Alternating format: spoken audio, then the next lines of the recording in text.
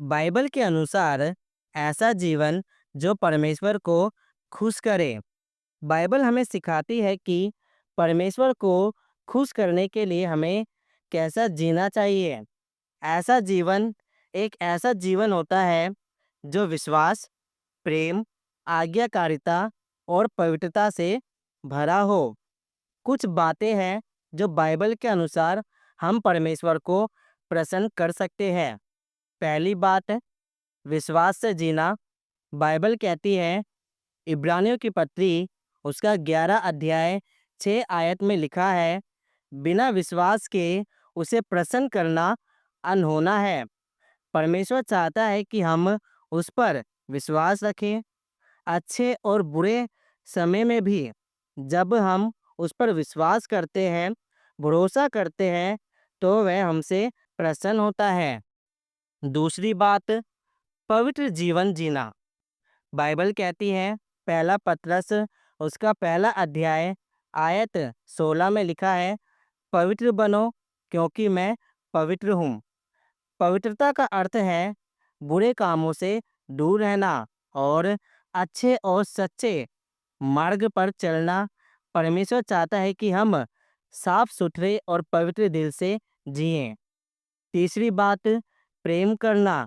Bible कहती है, पहला यूहन्ना 4 अध्याय उसका 8 आयत में लिखा है, परमेश्वर प्रेम है।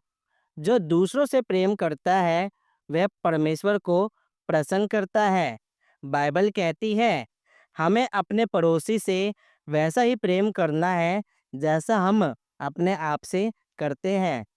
चौथी बात, परमेश्वर की आज्ञाओं का पालन करना। बाइबल कहती है, यूहन्ना उसका 14 अध्याय 15 आयत में लिखा है, यदि तुम मुझसे प्रेम रखते हो तो मेरी आज्ञाओं को मानोगे। परमेश्वर की इच्छा के अनुसार चलना, उसके वचनों को मानना और जीवन में उसके नियमों को अपनाना, ये सब बातें उसे प्रसन्न करती हैं, खुश करती हैं। पांचवी बात, धर्मी और न्यायपूर्ण बनना। बाइबल कहती है, मीका उसका 6 अध्याय 8 आयत में लिखा है, वह तुझसे यही चाहता है कि तू न्याय से काम ले और करुणा से प्रीति रखे और अपने परमेश्वर के साथ नम्रता से चले। परमेश्वर का हृदय दया, न्याय और नम्रता में प्रसन्न होता है। अगर हम दूसरों से न्यायपूर्वक, प्रेम पूर्वक और नम्रता से पेश आते हैं तो वह बहुत खुश होता है। छठी बात, आभार और धन्यवाद देना। बाइबल कहती है, पहला थिस्सलुनीकियों 5 अध्याय उसका 18 पद में लिखा है, हर बात में धन्यवाद करो क्योंकि मसीह यीशु में तुम्हारे लिए परमेश्वर की यही इच्छा है। जब हम परमेश्वर को धन्यवाद करते हैं, चाहे हालात जैसे भी हो, हम उसे आदर देते हैं और यह उसे प्रसन्न करता है। सातवीं बात, सुसमाचार साझा करना। बाइबल कहती है, मत्ती उसका 28 अध्याय 19वां पद, जाकर सब जातियों को चेला बनाओ।